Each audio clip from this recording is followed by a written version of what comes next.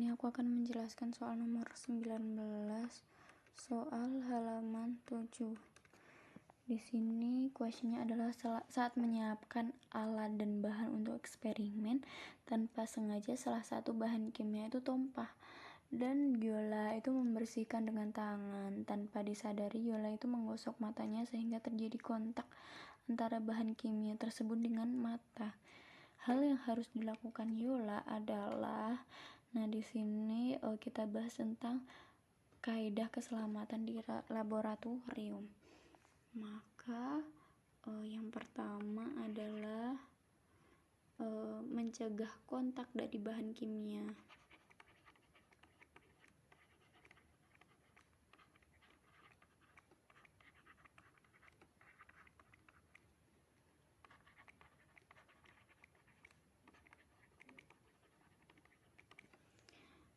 Sebelum memasuki laboratorium itu kita harus memperhatikan alat pelindung seperti kacamata, sepatu, jas lab, sarung tangan, dan masker. Kemudian yang kedua ini merespon paparan bahan kimia.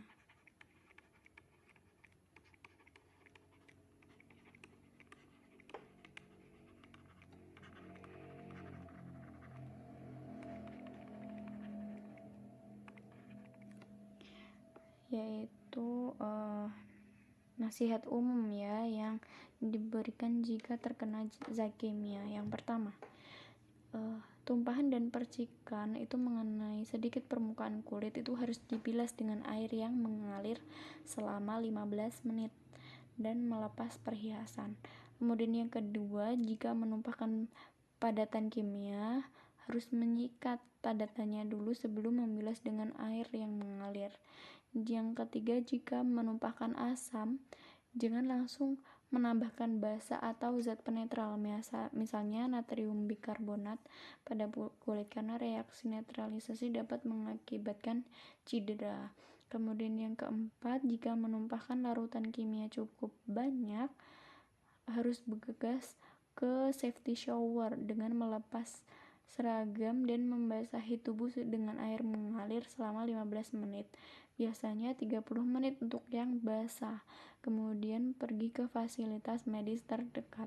Kemudian yang kelima, jika mata terkena percikan larutan, harus bergegas ke wastafel dan menyiram mata dengan air mengalir selama 15 menit.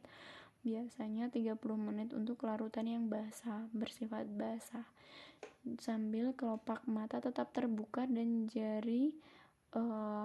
dengan jari dan gerakan bola mata ke atas dan ke bawah, ke samping kiri dan kanan juga ya. Kemudian yang keenam, perawatan jika terkena hidrogen fluorida atau HF, yaitu paparan HF sangat berbahaya dan perlu penanganan khusus.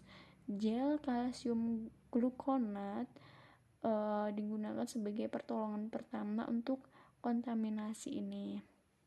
Kemudian harus selalu bergegas ya ke fasilitas medis terdekat untuk ditangani lebih lanjut. Jangan mencoba menggunakan HF tanpa latihan khusus dan pengawasan. Jadi kita dapatkan hal yang harus dilakukan adalah menurut saya yang C, yaitu mencuci tangan,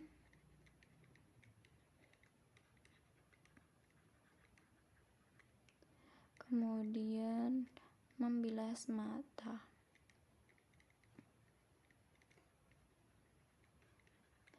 dengan air mengalir